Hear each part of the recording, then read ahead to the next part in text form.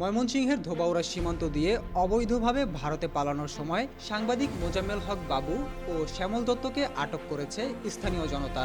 তাদের সঙ্গে আরও আটক হয়েছেন ৭১ টেলিভিশনের সিনিয়র রিপোর্টার জেমসন মাহবুব ও ড্রাইভার সেলিম। ১৬ সেপ্টেম্বর ভোর ৬টার দিকে উপজেলার মাইজপাড়া পোড়াকান্দুলিয়া সীমান্তের মাঝামাঝি এলাকা থেকে স্থানীয় জনতা তাদের আটক করে ধোবাউড়া থানা পুলিশের হাতে সোপর্দ করে। আটককৃত ৪ জন বর্তমানে পুলিশ হেফাজতে রয়েছেন। এ সময় তাদের বহনকারী একটি প্রাইভেট কার স্থানীয়রা জব্দ করে বলে জানিয়েছেন ধোবাউড়া থানার ভারপ্রাপ্ত কর্মকর্তা মোহাম্মদ চান মিয়া।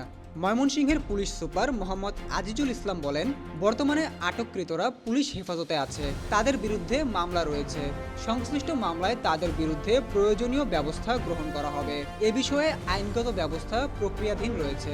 এর আগে সপরিবারে ভারত যাওয়ার সময় দৈনিক ভোরের কাগজ পত্রিকার সম্পাদক শ্যামল দত্তকে আটকে দিয়েছিল immigration police.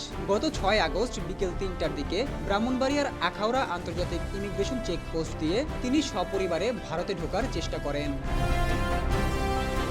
Mohammad Alif Mia, the metro TV.